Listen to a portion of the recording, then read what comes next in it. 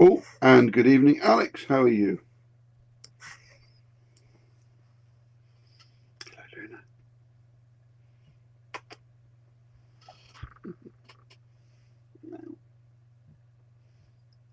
Hello, hello. How are we all today? Good to see you too. So, my apologies for last week. I hope Johnny looked after you well.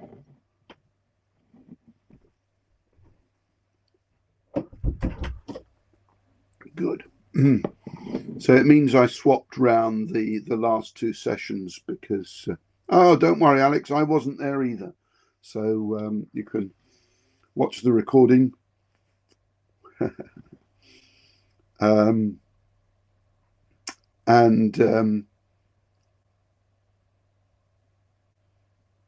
in fact, it was the week before, wasn't it? None of you were here. It was just me on my own.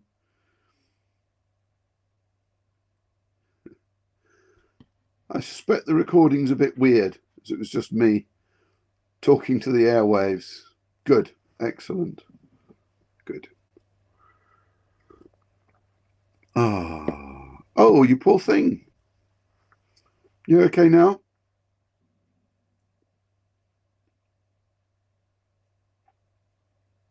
Oh, that's very good. That's very good. Excellent. Excellent. Well, as Johnny took over for me last week, I swapped the order round because Sherry is much more his thing. And much more his thing than this session is. So I thought that would help him. And this is very much my thing. So here we are.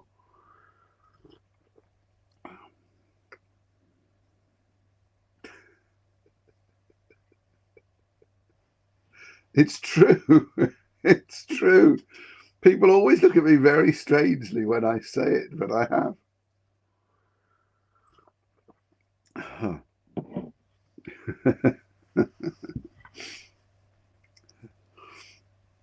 I won't ruin it by giving you the context. I'll let you imagine it however you want it to be.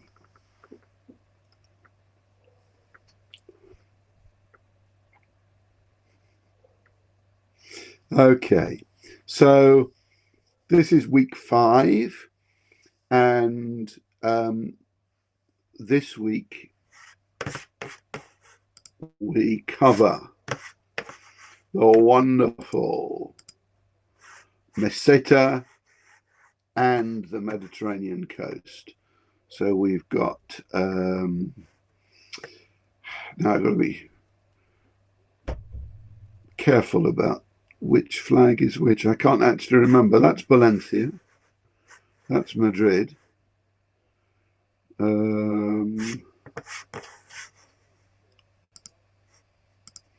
I should have put little notes on, shouldn't I?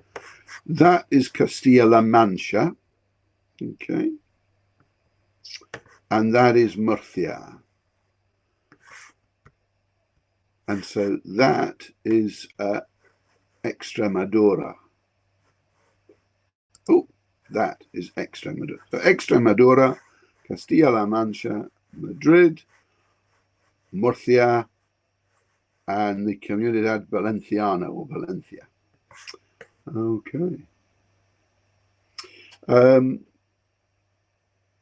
I love all of Spain, as you know, but this is the area I think of as Spain, really.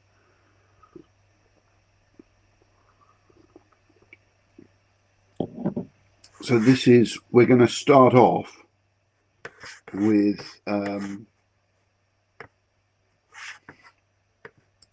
here's the Mediterranean coast. So we're going to start off with the Mediterranean coast. And this includes the Comunidad Valenciana down to here, and then the Región de Murcia here. Okay. So these are, Murcia is a very small autonomous region. Comunidad Valenciana is a sort of medium-sized one.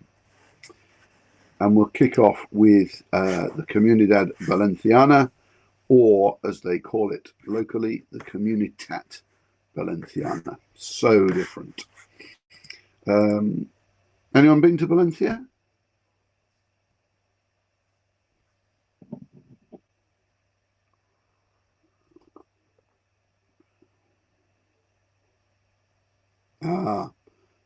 It's a great city. It's a great region as well, but the city's phenomenal. It's Spain's third city, and it's got a wonderful medieval centre to it. It's just a joy. Oh well, yes. Well, I mean that's not far from the centre, the Formula One track. I've walked on it, and there are just so many lovely things to see and to stroll around, and of course, great bars and restaurants. Great, really great. That is one of the remaining city gates. Isn't that fabulous? So that's worth seeing all on its own. And then, of course, it's got the science park as well. So, people flock to it for that. So, well worth seeing. But the region is wonderful as well. This is the view from my house in a place called Javier. There's the sea. That's the Mongo Mountain.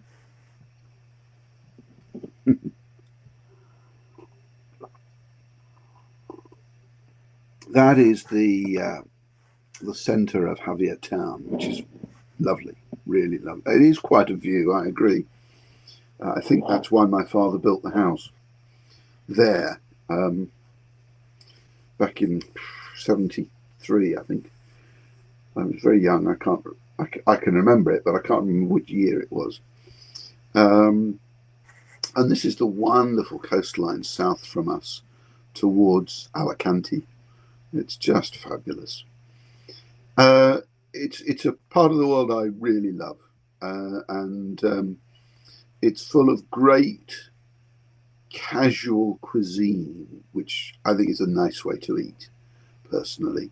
And of course, the absolute star of the show is the classic Paella Valenciana. Paella Valenciana, historically, traditionally, was made with rabbit and snails. And then, of course, it's been added to as people got richer, I suppose. And so you've got chicken in there. Nowadays you get prawns and mussels on top as well. But that's really how it is.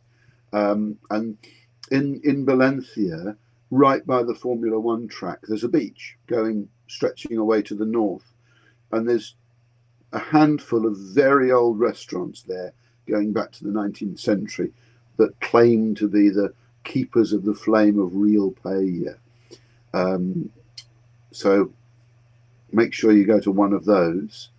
In addition, south of Valencia, there's a sort of wetlands. There's a lake, and there's some restaurants there. It's called La Albufera, nothing to do with Portugal.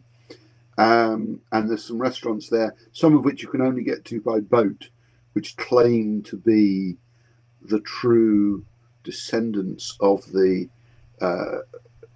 locals who made paella as a working lunch in the fields. That's how it began. I love paella, I must say. But there's lots of other types of rice dish. Well,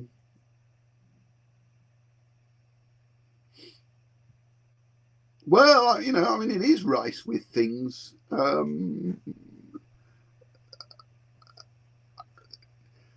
They've become fancier, I suppose, as people got wealthier. I like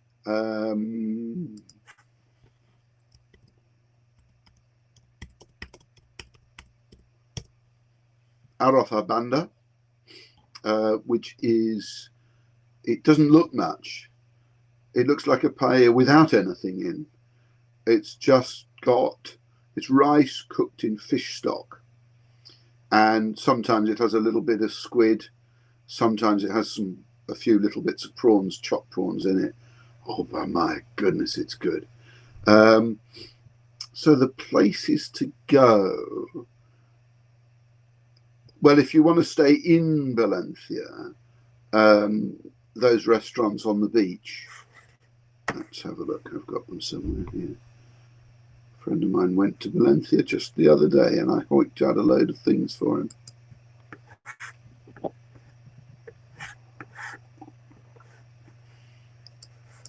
It's a shame. I like to spend a couple of days at least in Valencia every year, and now for 2 years we haven't been able to.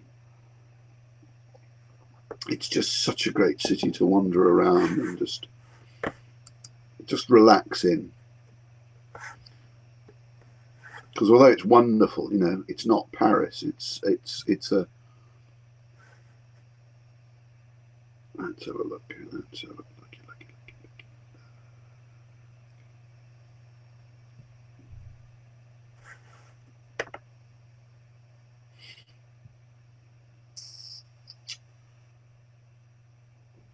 Okay, so this is one of them.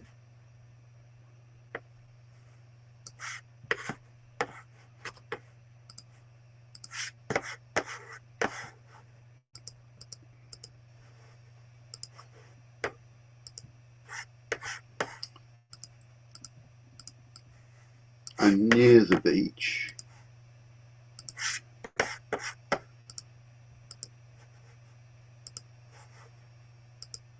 got that one.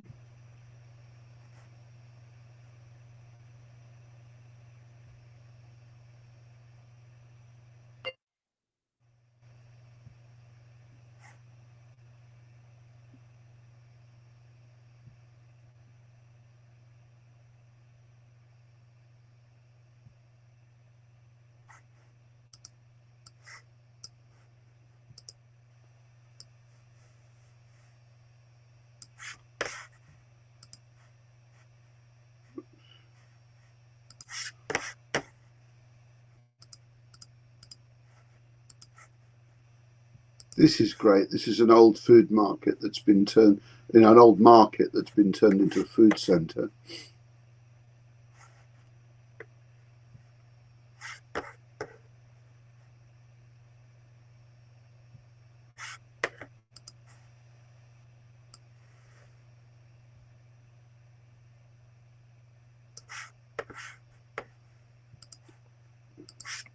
This is the other beach place.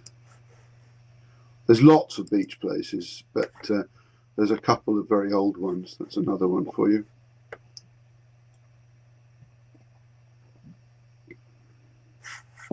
Now, this one, this is hard to find. It's right in the centre. It's very casual, very old-fashioned. It's one of my favourite restaurants because it has all the things I used to have as a child. And it's dirt cheap. La Utiena.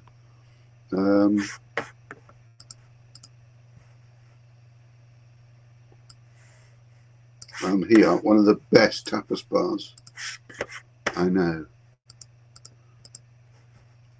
You know, it's a messy tapas bar. It's not a posh one at all.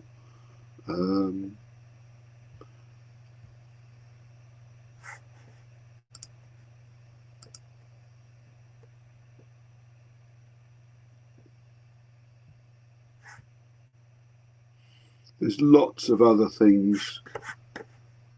When are you going?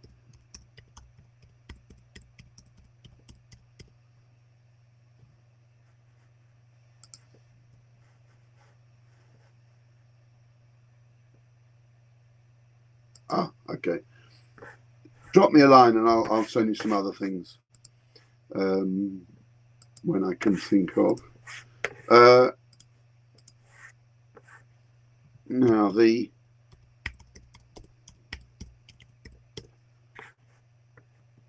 a lot of fancy places, not just fancy places actually,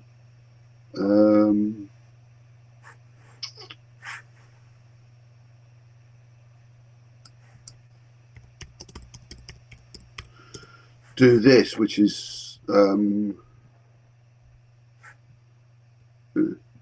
wrong.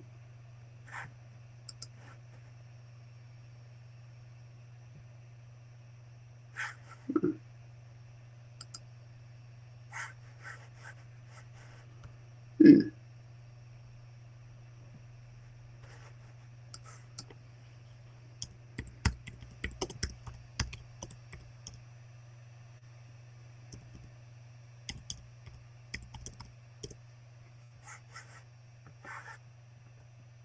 That's wrong.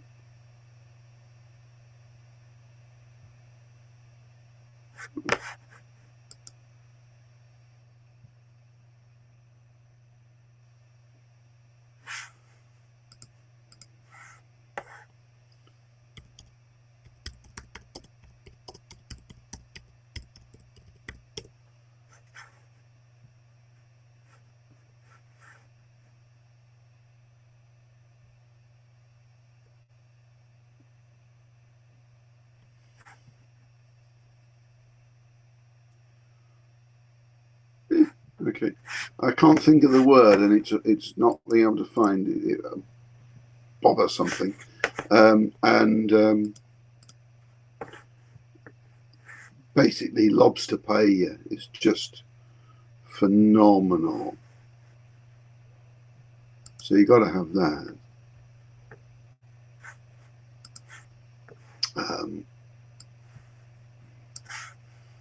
This is a good place.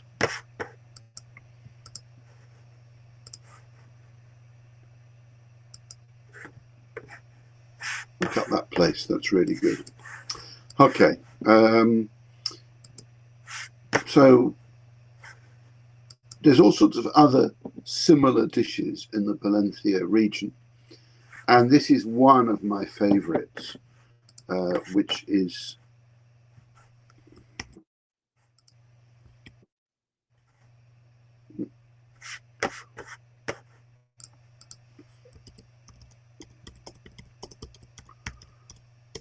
arroz al horno. So it's baked rice with sausage, meat, a whole garlic in the center very often, black pudding. Oh, it's a fabulous dish. Chickpeas and beans.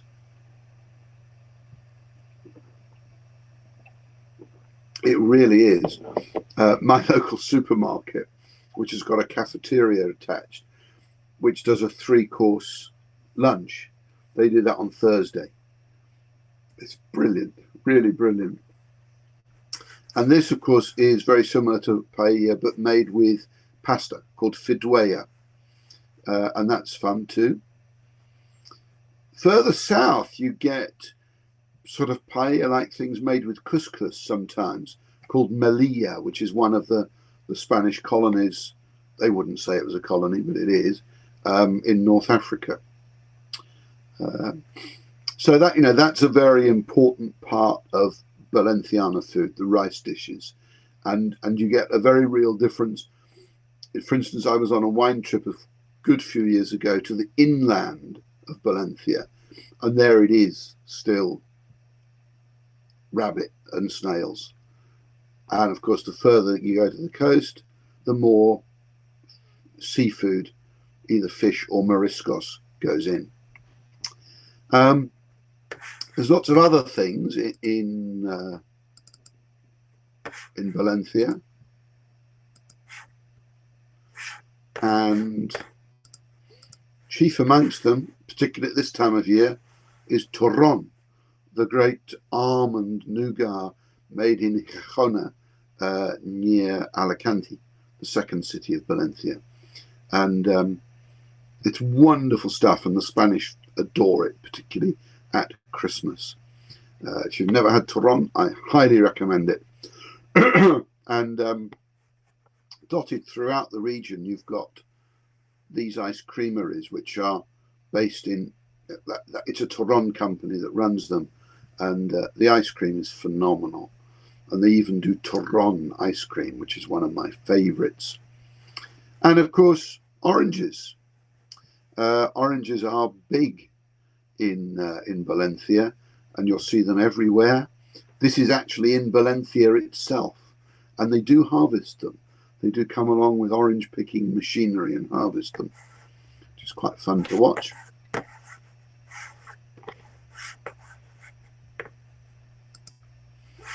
Okay, so let's look at the wine. So there we are. That is the Comunidad Valenciana. There's Javier. My house is 12 kilometers inland from there. So it's in a wine region, but for a long time was a negligible wine region. It's coming back from that. There are 3 DOs in the region. You've got Valencia in the yellow. You've got Util Requena inland, right on the border with Castilla-La Mancha. That is probably the most prestigious historically of the wine regions. And then in the deep south, you've got Alicante. And Alicante is so up and coming right now. It's remarkable. And there's also cava made in Util Requena. One of the wines we're having tonight, that estate makes very, very good cava.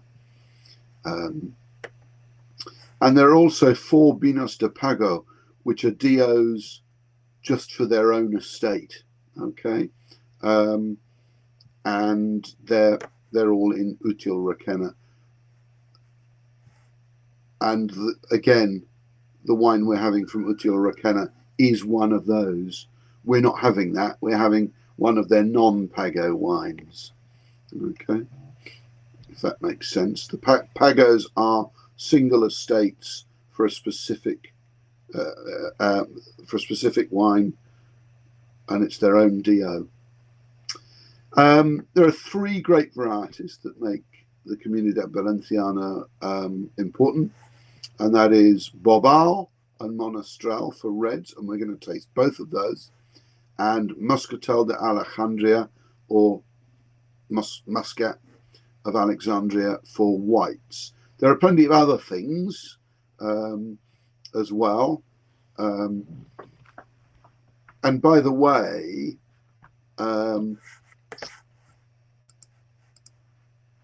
the most important Vino de Pago, if you ever get a chance, very good wines, El Terrazzo DO. And there's another white grape that El Terrazzo, which is made by Bodega Mostiguillo.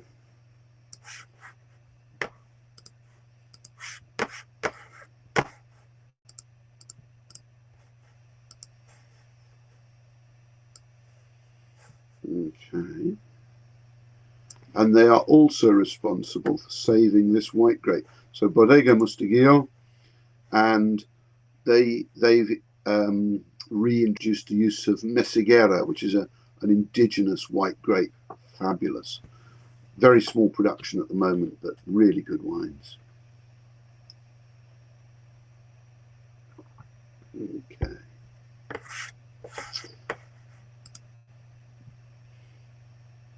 So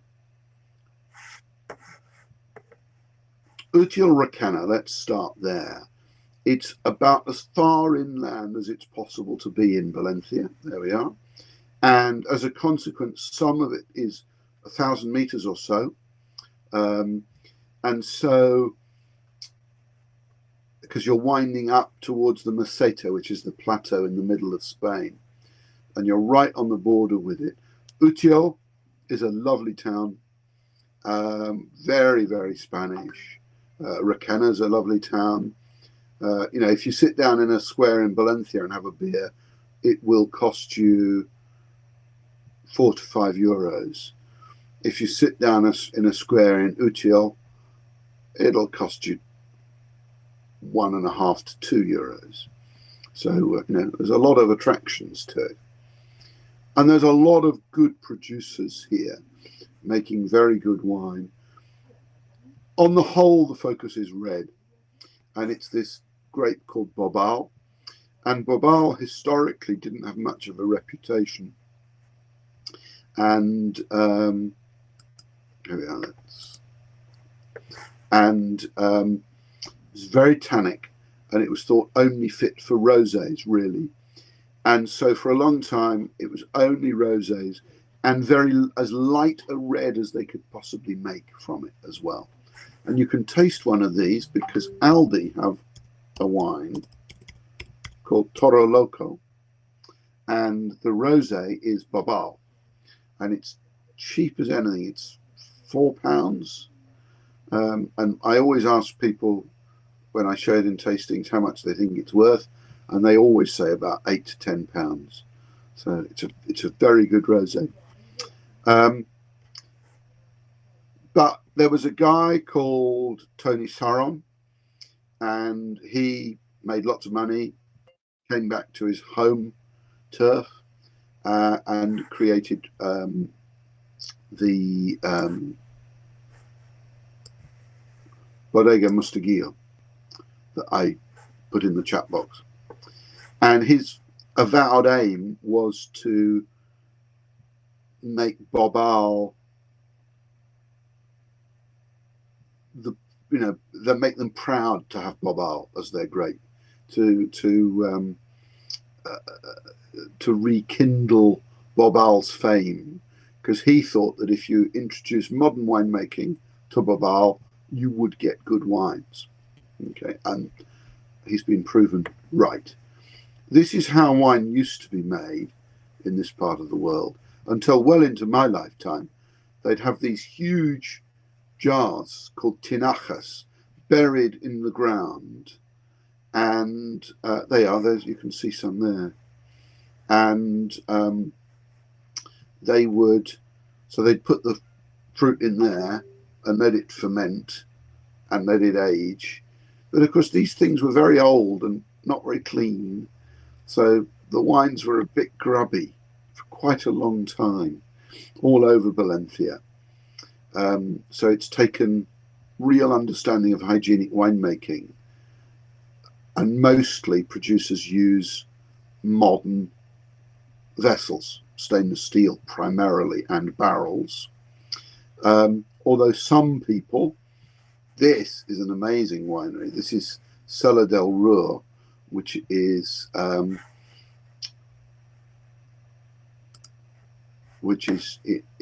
Teniente there. And it's just an incredible place. He bought the winery and discovered, he wasn't told about this, underneath it, this chamber with these fermenting and storage vats. They're Roman. That is a Roman wine cellar. And he uses that for his wines at Sadler del Ruhr. He makes great wines. He really does.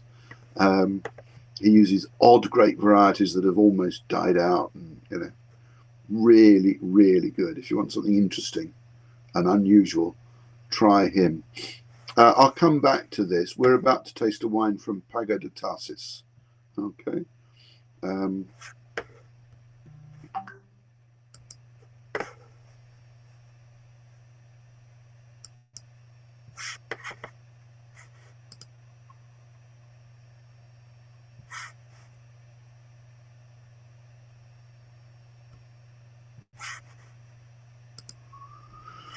Okay. So, Utiel Requena, it's much higher than the coastal plain, as I was saying, up to 1,000 meters above sea level. So it's slightly cooler and windy.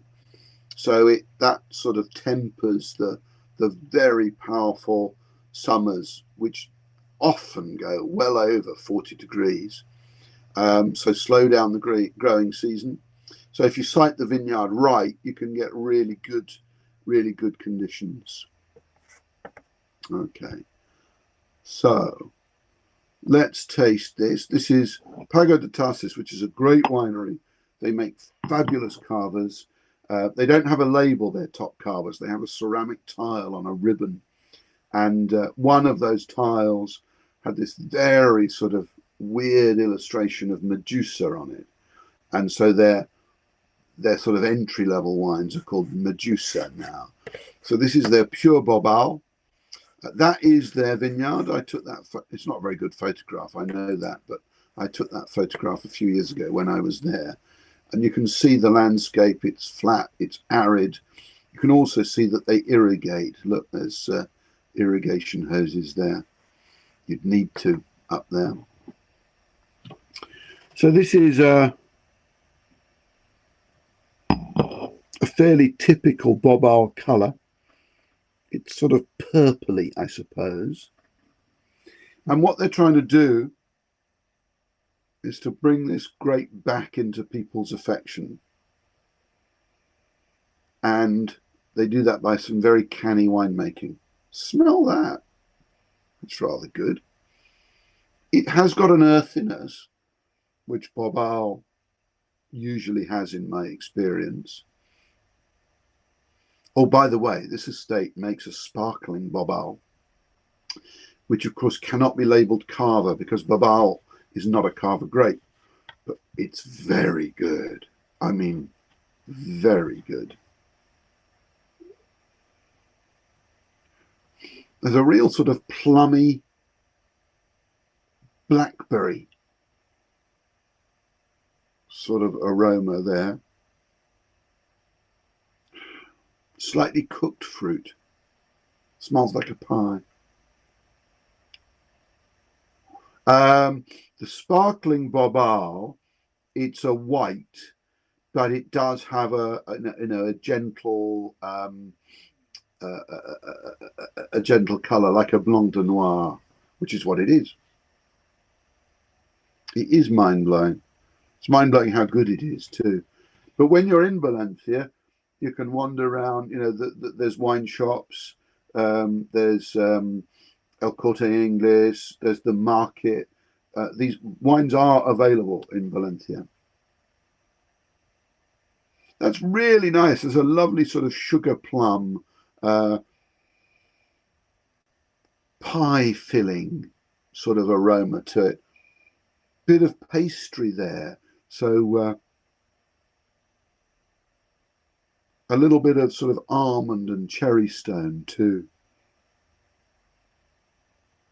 There's no oak aging with this wine, so I wonder if the aging on the lees therefore gives an element of flavour that would otherwise be masked if there was oak. Smells great.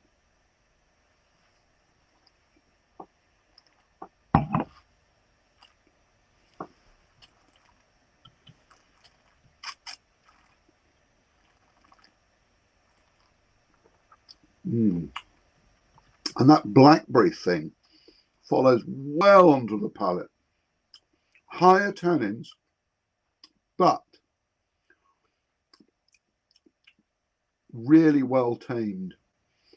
And these wines can have ridiculous tannins, and that, I think that's really nice. I'm going to finish that off with cheese and charcuterie after this, and I think that's going to be great. That is the sort of wine that you can have. You know, that's not an expensive wine. So, you know, in Spain, that's not going to be very much at all. So you could have that with your 3-course €9.50 lunch, you know, included in the price.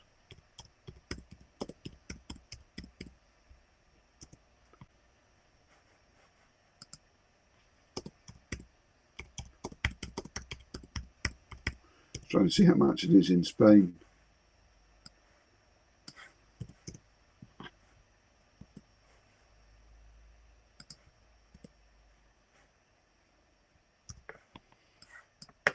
help if I wasn't looking at the maps.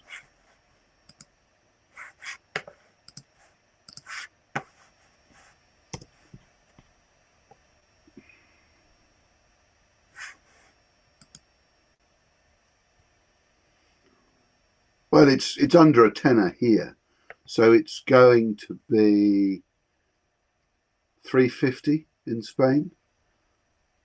Oh, 11 euros. Okay. It feels really drinkable, really juicy. A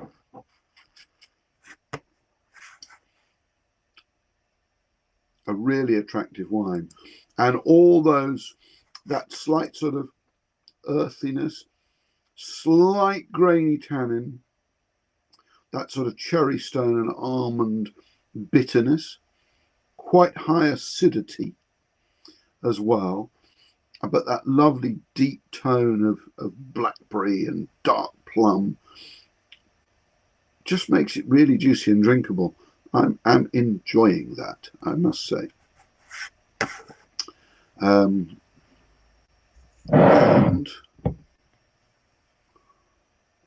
12% alcohol, which is brilliant. That's what it should be. So they are. That is a nice, nice length too. I'm still tasting it. I think that's a lovely wine. Very different from normal Spanish wines. There's a big movement to producing these fresh styles that are very, very drinkable. And I think they're doing it very, very well. Here's a few other producers for you. That's Paga de Tassis. Bodega Mostiguillo, that's the sort of the giant, the really important one. But all of these make very, very good red wines. Bodegas Hispanias Suizas, Dominio de la Vega, their top Bobal is just fantastic. It really is. Bodega Sierra Norte, I like very much. They produce a pair of wines which you can buy here, or have been able to anyway, called Passion de Bobal. And there's a red and a rosado. They're very good and very good value too. These two producers are my picks for Dio Valencia, which is not so distinguished normally, but Cellar del Roa really are, but they're almost in Alicante. And Cherubino, he makes very good wines too. I cannot pronounce that.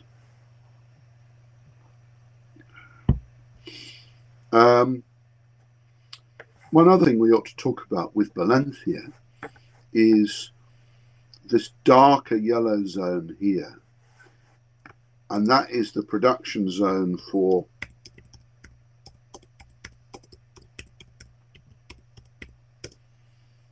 Moscatel de Valencia. And this is lightly fortified to 15%, sweet, a bit like Muscat de Baume de Venise, but a fraction of the price and usually better. Okay, lots of good producers. They're all good. They're all good. You'll enjoy them all, I think, if you like that kind of thing. I do.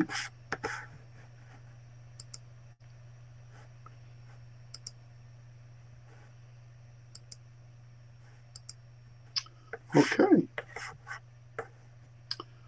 Oh, that was so good.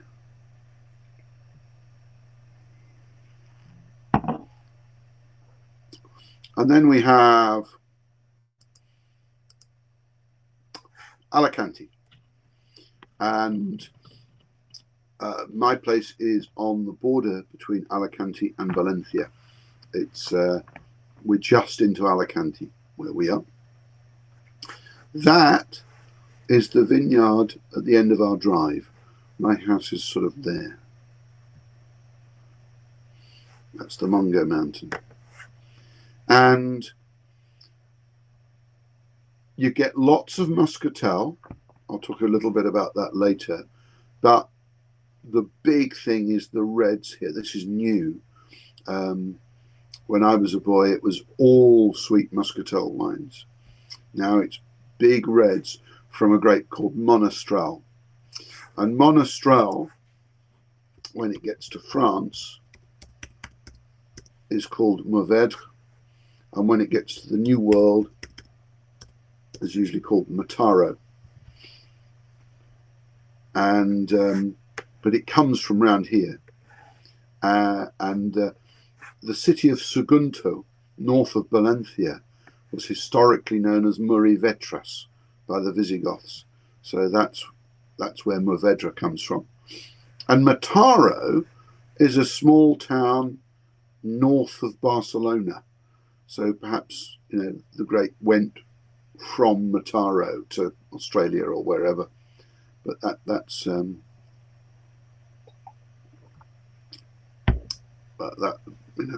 what happened.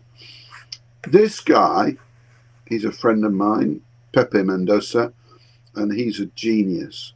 He makes brilliant wines.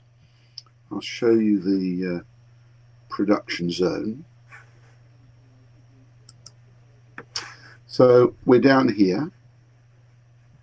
Okay. And Pepe's family estate is here, high up. But it gets cold there, even in August, late in the afternoon and early evening. They make brilliant red wines up there out of Monastrell. Down here near Benidorm, there's a little place called Alfas del Pi.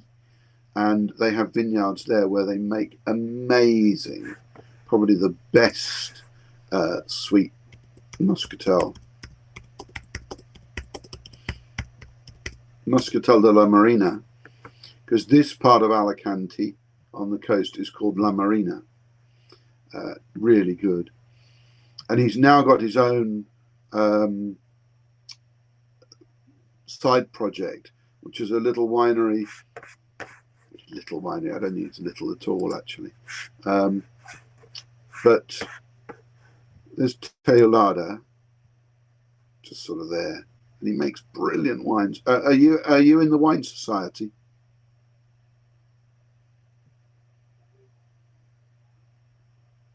Oh well. He's got an amazing small parcel of wine in the wine society now that's just $9.95. It's brilliant, absolutely brilliant. Okay.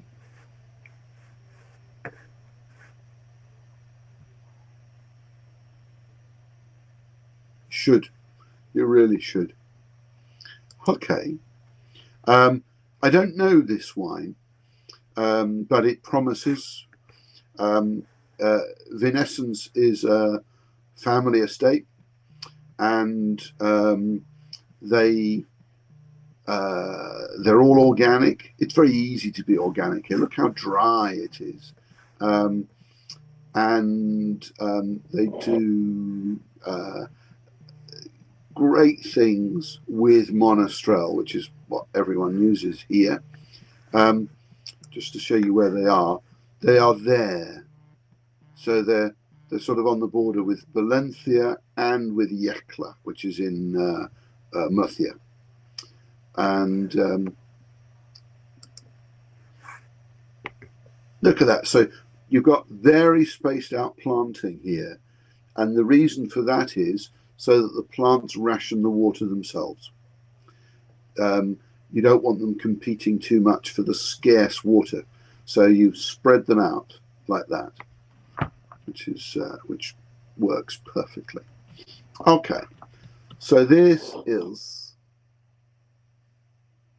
quite a straightforward Monastrell, I think.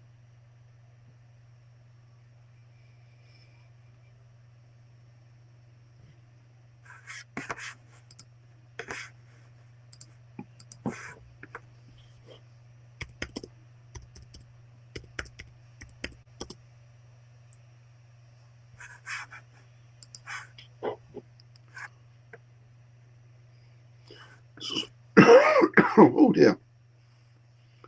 Well, it smells good. And again, it's got a sort of blackberry juiciness to it.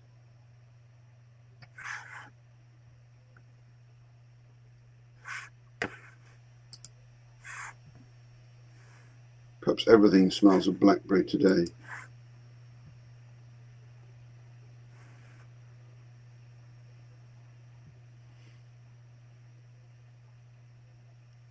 Little smoky bacon there.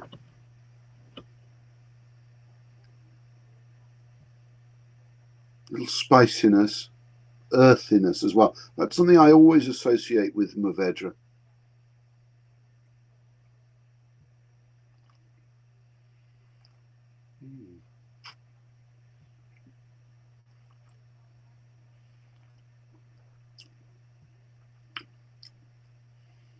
The tannins show.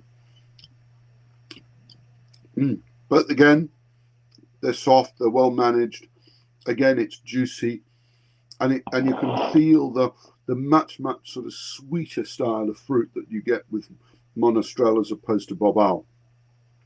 Bobal is normally a more angular wine, whereas Monastrell is a softer, more voluptuous style.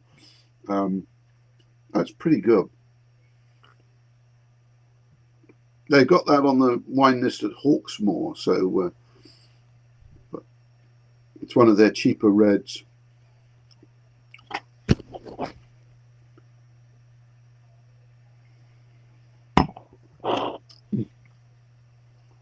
Someone was typing something. However, this here that I'm just pasting in here, definitely higher alcohol. It is. I mean, it really is. It's inkier, isn't it, than the last wine? Yeah. However, if you want to taste Monastrell, this wine here. This is Pepe's family vineyards, Enrique Mendoza, and it's called La Tremenda. That's the vineyard it's from. It's $8.95. Okay, it is amazing for the money. I drink a lot of it in Spain. It's €5.60 there, so $8.95 is quite a bargain here. So I would recommend that if you're looking for really lovely, rich, tasty red wine, try some of that. La Tremenda Monastrell. Okay, so there are. That's a light take on Monastrell that we've just tasted. It's still nice, but they go much more concentrated than that, much more powerful than that, but still have this softness, which makes them really delicious and juicy and hedonistic. Okay. Gosh, I have my booster today and I can feel symptoms coming on. That's not good, is it? Okay, so that is okay.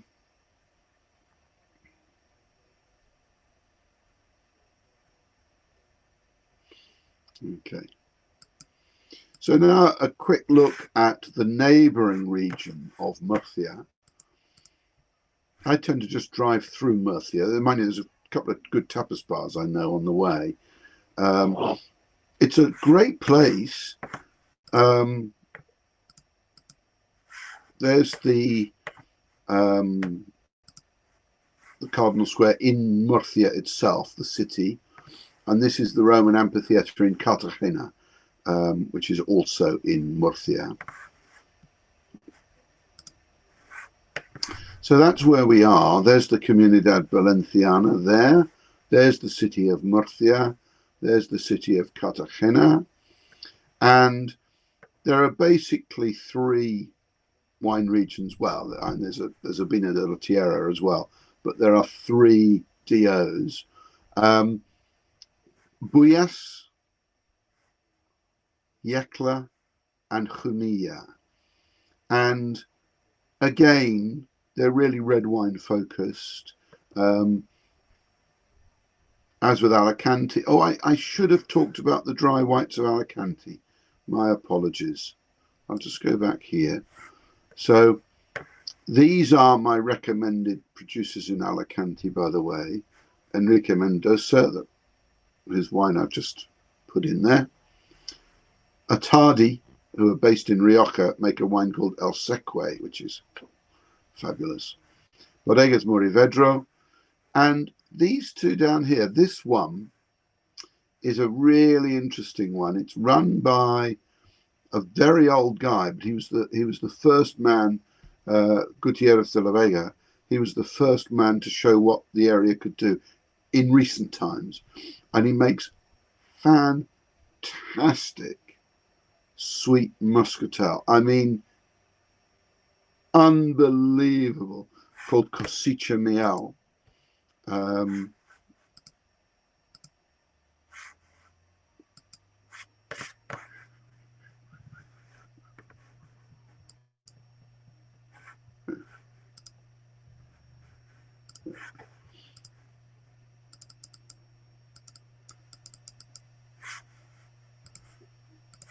But everything else he makes is good too. If you visit there, he makes sparkling muscatel. He makes so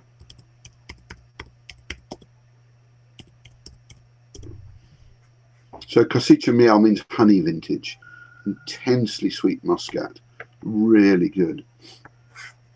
And then the local co-op, which is big, it sort of absorbed other co-ops.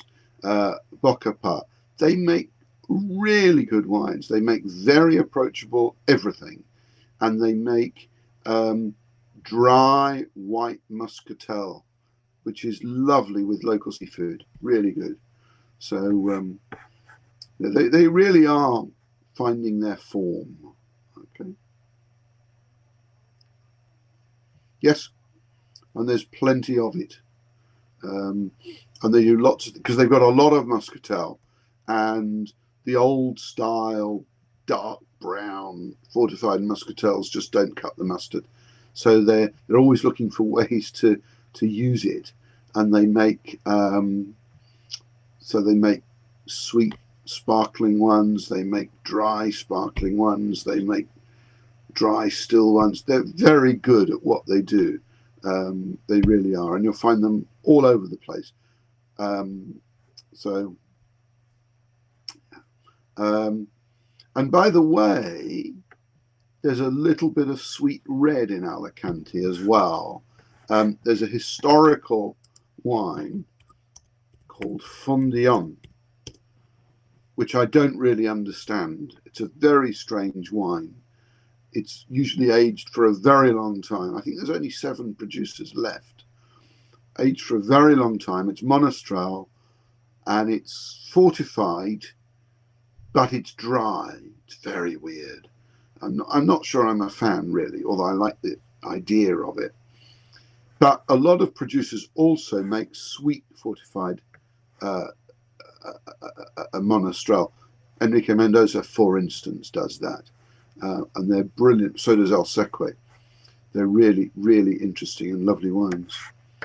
So port-ish, but with a difference, of course. Okay. So I'll go back now to the Región de Murcia. So again, these regions are, oh, by the way, there's some sparkling red as well. Monastrell does nice sparkling red wines. There's a little bit in Alicante. There's a little bit more here in Buyas. So if you like sparkling Shiraz, you'll like these. They're good. So it's overwhelmingly red. The little white you'll find is muscatel, dry muscat, which can be very nice, very nice. But it's red focused by any reckoning. Boyas can be very variable, but the wines are getting better and more interesting. Yekla, I think, is the most old-fashioned. The wines are quite rustic and earthy. They can be lovely with the right food, whereas at least half the Humilla producers have really, really found the way to do it, like Enrique Mendoza in Alicante. And they produce these rich, high alcohol, plush, deeply upholstered wines from Monastral, which can be absolutely brilliant as long as you want 15% alcohol. And my recommended producer, Juan Gil, I love showing Juan Gil wines. His Juan Gil silver label spends 12 months in barrel. It's so good. It is so good. But then you've got Casa Castillo as well. Juan Gil's a little bit plush and very modern. Casa Castillo is a little bit more traditional, more earthy and savoury. Look at that landscape. Look how arid it is. And look how much space there is between vines. These are Casa Castillo's old vines. They're called P. Franco. They're on their own roots. They're not grafted. And just look how the space between them is remarkable. Bodegas Olivares are very good. Yekla, I'm always a bit more wary of, but Castano make very good wines, and La Bascula make very good wines. So, and Boyas, these two, I've had very good wines from them in the past.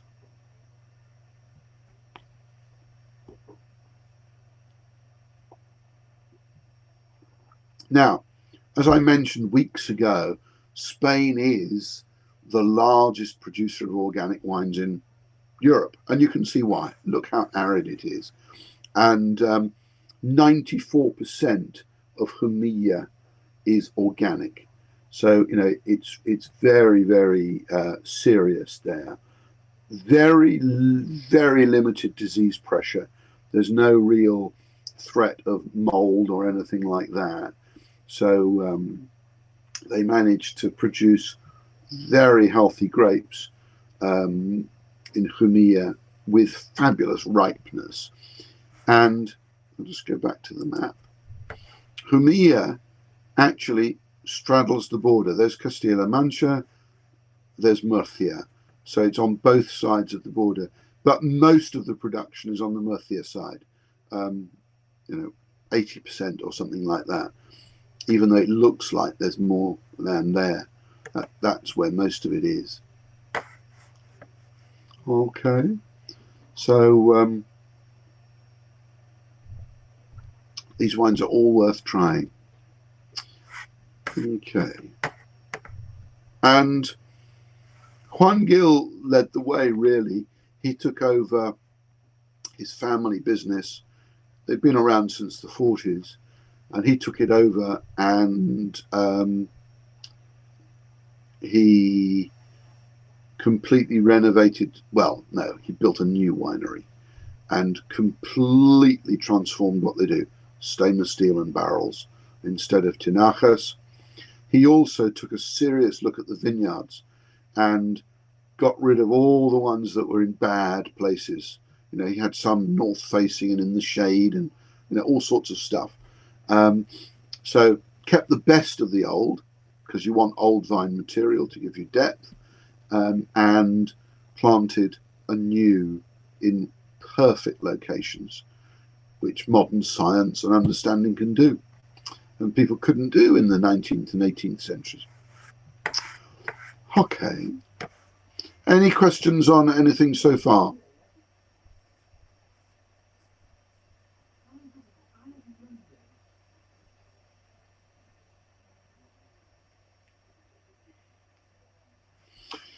So let's move on to the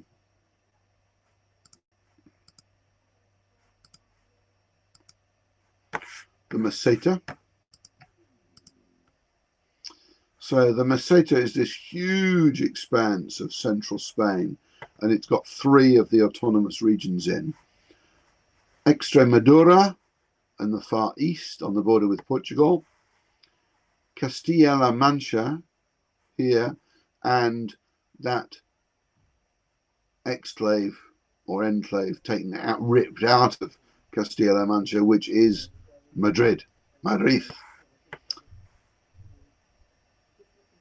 Ah, well, I can't answer that for you, Magda. So let's start with Castilla-La Mancha. Castilla-La Mancha is, just iconically Spain. There you are. There's Don Quixote's windmills, and there's a castle. So Castilla, the land of castles, but La Mancha, because there's Castilla y León in the north. It's such a great place. Amazing to drive across. And of course, it is the land of Don Quixote. That is a sketch by Picasso, by the way. That's Cuenca, which is an amazing town. And that's an example of the tiles you get in Talavera de la Reina at the far western end of the region. It's a very interesting place from a culinary point of view. It's very peasant cuisine, which I like. This is migas con chorizo, which is traditional peasant food, breadcrumbs. Breadcrumbs with sausage and black pudding and things like that. I read a wonderful book called South of Granada, and it's a travel book written in 1924 by a man who spent a couple of years in a village south of Granada. And the mayor was the richest man in town. And he had a servant. And his main meal of the day was migas with sardines. And he would pour hot chocolate on it. So, Spain's come a long way since the 1920s. Yeah, I love migas, yes, absolutely.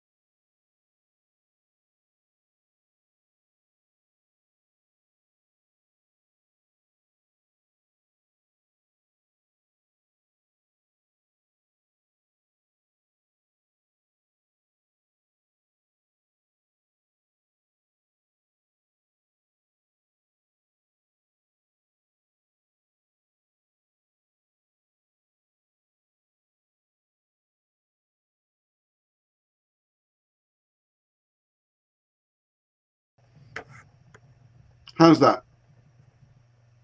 Yay! Thank goodness for that. Yes, I had a very odd thing happen.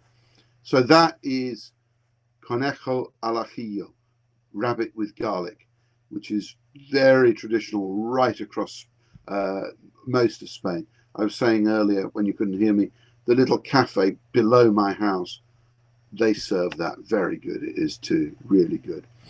And of course, Manchego cuisine, it is the home of Manchego cheese, the most famous cheese, rightly or wrongly, from Spain.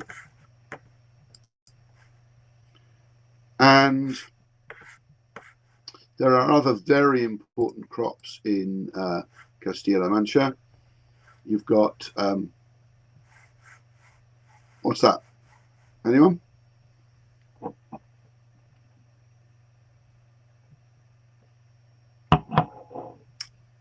Exactamente.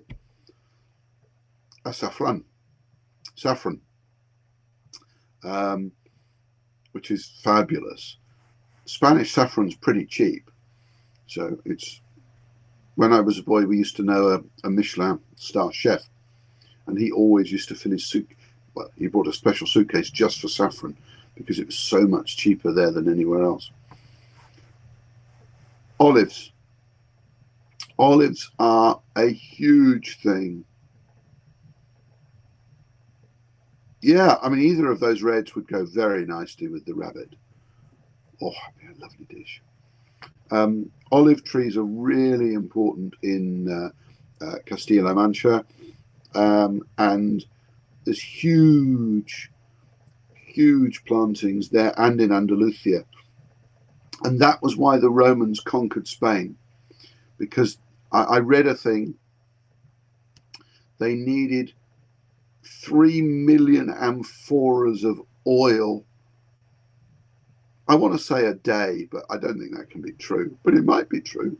Let's say a week, just for Rome to be the civilized city that it chose to be. So, you know, they ran on oil, but it happened to be olive oil. So not much changes. And so they conquered Spain so that they could plant enormous olive groves, you know, thousands and thousands of acres, so that they had enough oil to light the streets and all the other things they used it for. And Hadrian's father was an oil merchant up in Tarragona, and of course olives, almonds too, very, very important. So this is Castilla-La Mancha. There are 9 dios and lots of Vinos de Pagos. This is the Vinos de Pagos Central, because none of the wine regions really have any fame. And so it made sense, if you're making good wine, to leave the DO and have your own name, because wine people won't look at you if you've got basically a cheap DO attached to your name. Again, it's mainly red wine and lots of bulk wine and lots of brandy as well, bizarrely. And strangely, La Mancha, DO La Mancha, is the largest wine region in the world. You know, the largest delineated, officially constructed one. Okay. And there's, as I say, there's quite a few DOs here, most of which we barely see. The most famous two are DO La Mancha, which is this big pink blob here, and they grow this grape here for red wines, and Sensibel is the local name for... No, don't run away, try it. Why not? What's the worst that can happen? It won't cost you very much. Indeed, Magda, it's Tempranillo. Yeah, I mean, you know, you'll get a wine there for 80 cents, no problem. And this grape here is the white grape of the region. And until recently, this was the most planted white grape in the world, even though it only grows here. It might still be, I don't know. You almost never see it, although I've seen a couple of late that claim to be good quality, and I haven't been in a position to try them. But this is used a lot for brandy, a lot. And so there's huge plantings of it here. And you will also get plantings of Bobal in the east, Garnacha in the north, and Monastrell in the southeast, as we know, because Jumilla is partly in Castilla-La Mancha. There it is. So the other place that you might come across is Valdepeñas, and this is considered a cut above. It's called the Valley of the Stones, and it produces pretty good imitations of Rioja, really. Let's not to put too fine a point on it.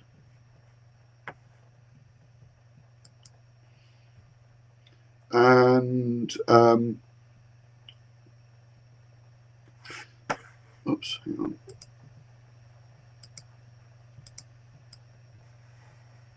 That's what I needed. Okay. So we've got other DOs which have all over time broken off from La Mancha, okay, to do their own thing. So we've got Mentrida up here near Toledo, and they're usually pretty good, actually. Mostly Garnacha, but with some Bordeaux blends, and increasing amounts of white wine from a grape called Albillo. There are two Albillos.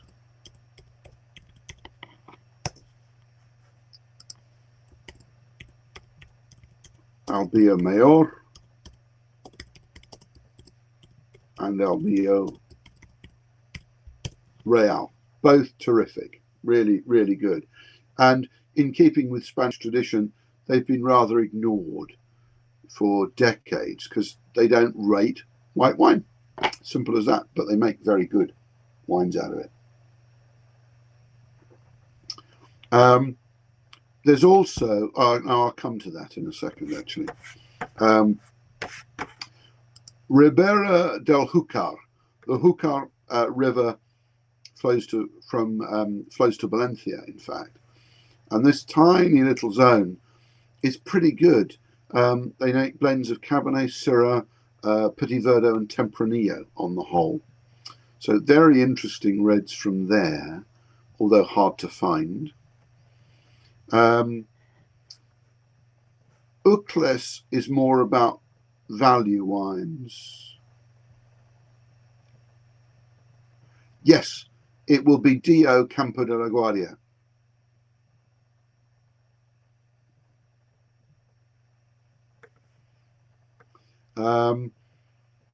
Manchuelo. I like Manchuela wines. They're very value driven, but that doesn't mean they're not good. And that's where you'll find Bobal on the whole for reds and rosés. But there's also Garnacha there. What else have we got? Mondejar, next to Madrid. Again, value dominated. This one's nice though. You'll like this one. Almansa. That's a lovely wine region. And again, I think they make wines that are very classically Spanish, lots of oak. And again, they use Monastrell and Tempranillo. Okay. It's a funny old neck of the woods. I'm usually driving through it rather than anything else.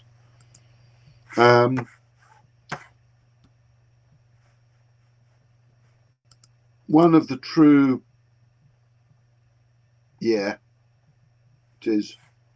One of the true pioneers of Spanish wine was Carlos Falco, the Marqués de Grignon, and that was his estate near Toledo. And that was the first Vino de Pago. He started the Pago movement, the estate wine movement in Spain, at his estate Dominio de Valdepusa. Brilliant wines, very fine wines. And he only uses international grape varieties apart from Graffiano, which they use as well. I say he, sadly, he died of COVID last year, which was a great shame. He was a lovely man. And he was one of the people who introduced international grape varieties to Spain, he and Miguel Torres, in modern times. And he also introduced drip irrigation. And before that, before he had his way, it was illegal to irrigate around here. Incredible man, incredible wines. Now, nearby, of course, you've got Madrid. And I love Madrid. I think Madrid's a great city. I just love being in the center of Madrid. That's Puerta del Sol, right in the center. If you haven't been, this is amazing. This is El Botín, the oldest restaurant in the world, founded in 1725, or at least the oldest restaurant in the world that's got a paper trail. Ah, wonderful. Did you like El Botín?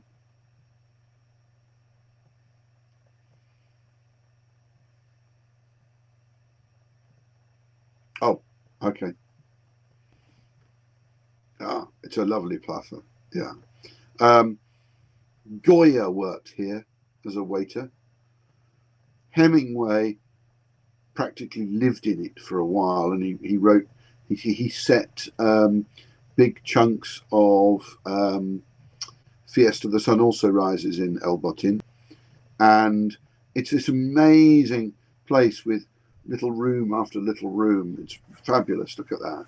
And that is the dish, suckling pig. That's what you got to have when you go there. Yeah, this is Ernest Hemingway. We lunched upstairs at Botin's. It is one of the best restaurants in the world. We had roast suckling pig and drank Rioja Alta. There we are. Very Hemingway.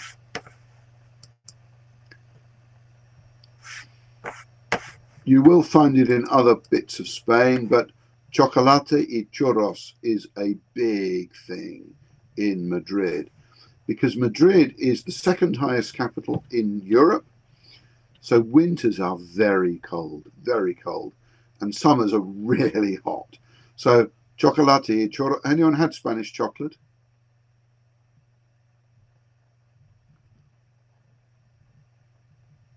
Yeah, good. Okay. Yeah, very thick. Wonderful. A little of it goes a long way, but wonderful. I loved it as a child.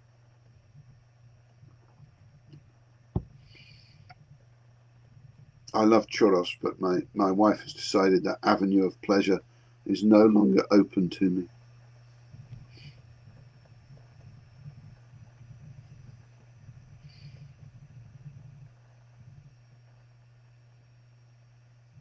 Ah, okay. That is controversial. Thicker the better. Yeah, stand your spoon up in it. Absolutely.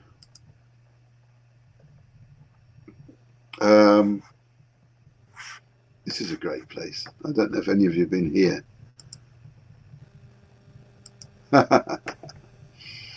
This bar, this is another one of the many bars Ernest Hemingway practically kept going. Right in the center of Madrid, Al Abuelo, and they only do, their menu is on the door there. They do, let's see if I can read it for you. Gambas a la plancha, gambas al ajillo, gambas gabardina, which means deep fried in batter, and langostinos plancha. That is their entire menu. Okay, mainly you stand up in there. And the first time I went, they only did their own. You can see that word, Vino Generoso. So it's like a vermouth, and it's on draft, and that was all they served. They now do a few wines and a beer as well, but they, for a long time, they only did that.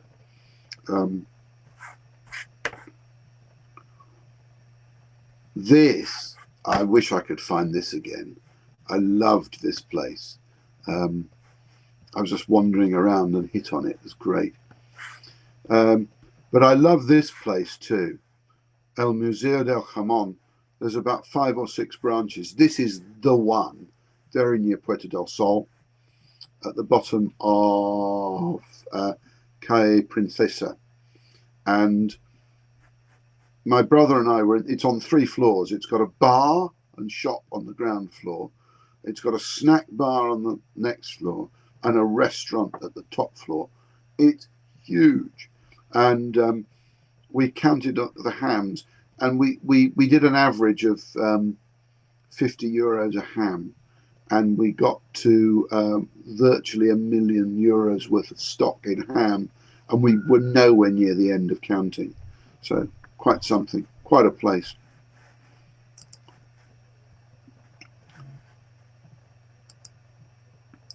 Vinos de Madrid, sadly we don't see them very much, but there's some very, very good, very, very good wines produced here, I think. Mainly, you've got reds, particularly in the eastern section, from Sensibel and Garnacha. But in the eastern section, Garnacha really becomes a speciality, and they're really sort of fabulous wines. A lot of natural wine production there too.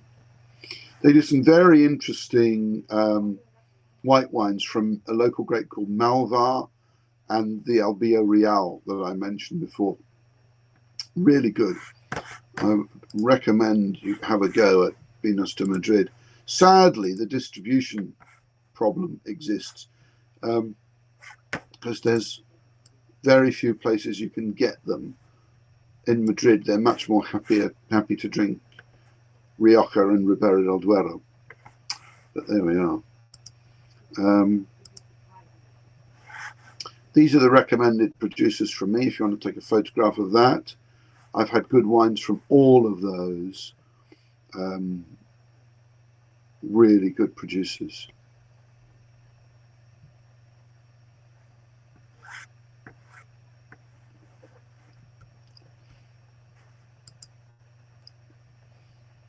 And then our last region,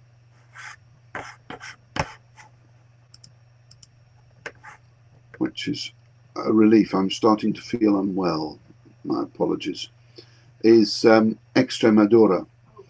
I've been to Extremadura a few times, and it does sort of feel like the end of the world. It's very, very wild, and it feels very poor at times. This is the center of Cáceres, the capital. Looks great. I've never been to that city. I've been to Badajoz and countryside, not cities. It's a great place for very sort of classic food, and a lot of jamón comes from here. Jamón, I suppose, is Castilla-León in the north, Extremadura in the south, and Andalusia further south still. It's all about the the pigs eating the acorns. Spain produces 40 million hams a year, I am told. I can't prove it to you, but that's what I'm told.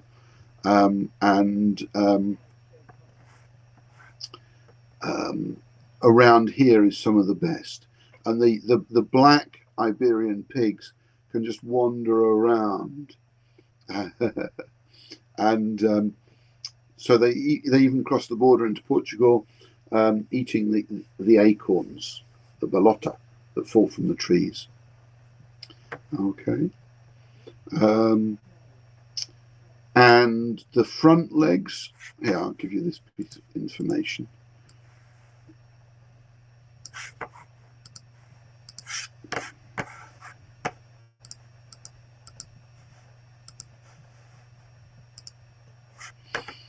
Okay, so the front legs are the paletas, the rear legs, the jamones.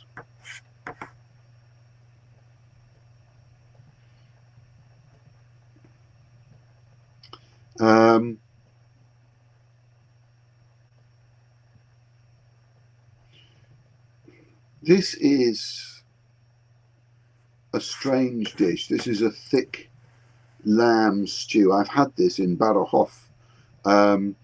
Very tasty.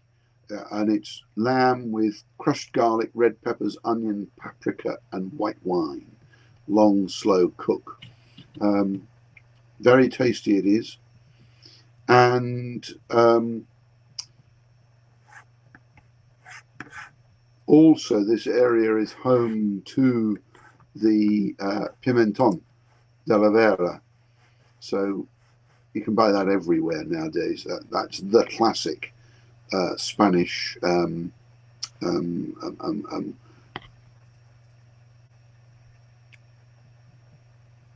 condiment. There we are. That's the word I was looking for. You see that everywhere. And it is said that when the Spanish Habsburgs became the monarchs of Austria as well, they took pimentón to Austria-Hungary with them. And that's where the taste for paprika came from in Hungary. Who knows if that's true or not? But that is what it is said. A bit like Portugal, not far away, it's a good region for cheese. And this is the Torta del Cesar, which is very like the Queijo de la Serra in Portugal. Soft, and so you cut the top off and almost treat it like a fondue because it's spreadable and soft and runny inside. And it's absolutely wonderful. It's a sheep's milk cheese. Queijo de la Serena is very similar too, and just like Queijo de la Serra on the other side of the border.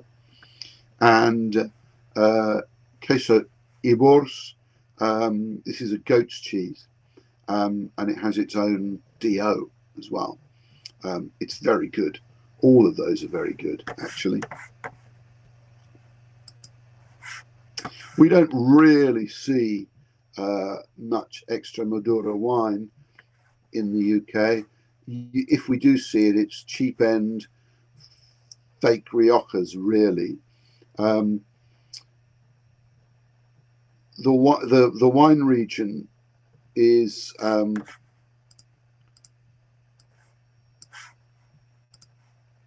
DO. Here we are.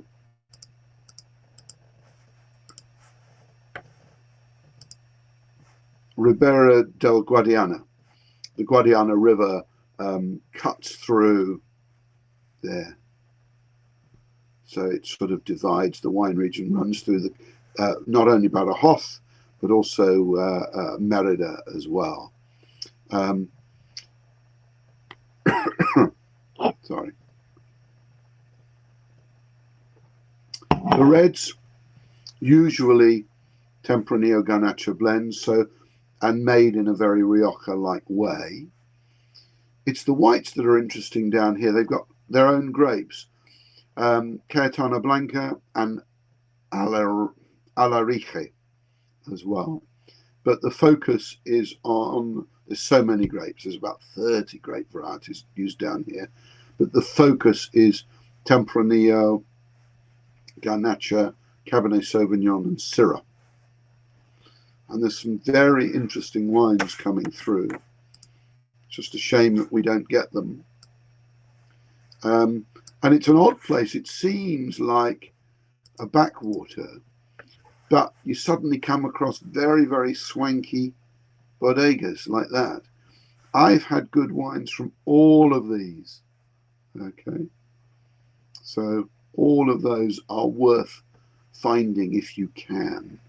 And it's a beautiful landscape. It really is. It's a very lovely place to visit. But very empty. But it's still a place where you get free tapas. And it's cheap. It's very cheap.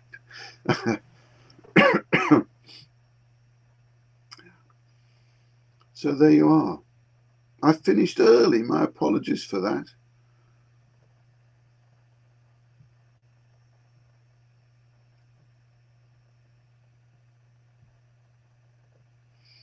Any questions before I pass out?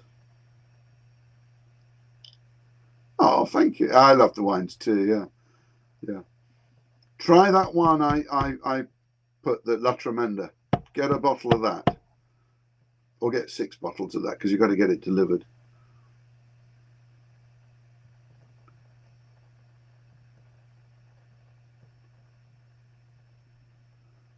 You'll thank me for it. You'll like it very much. Any final questions? Oh, thank you so much for that. It's been fun having you here. Thank you.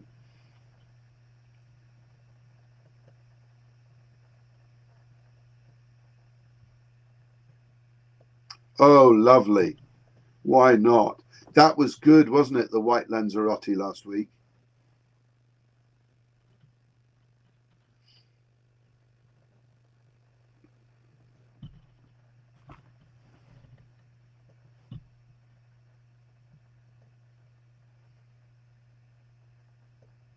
Oh, yeah. Sorry. Told you I'm going funny. Lanzarote is very good. Yeah. I've never been there. I want to go there. Next Christmas. I know. I know.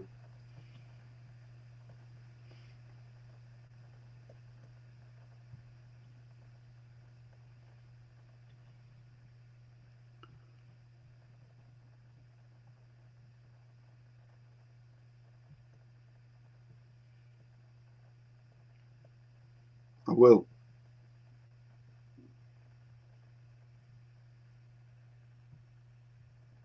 If there's ever flights again. Thank you very much, guys. Have a nice evening. See you soon, I hope. Cheers.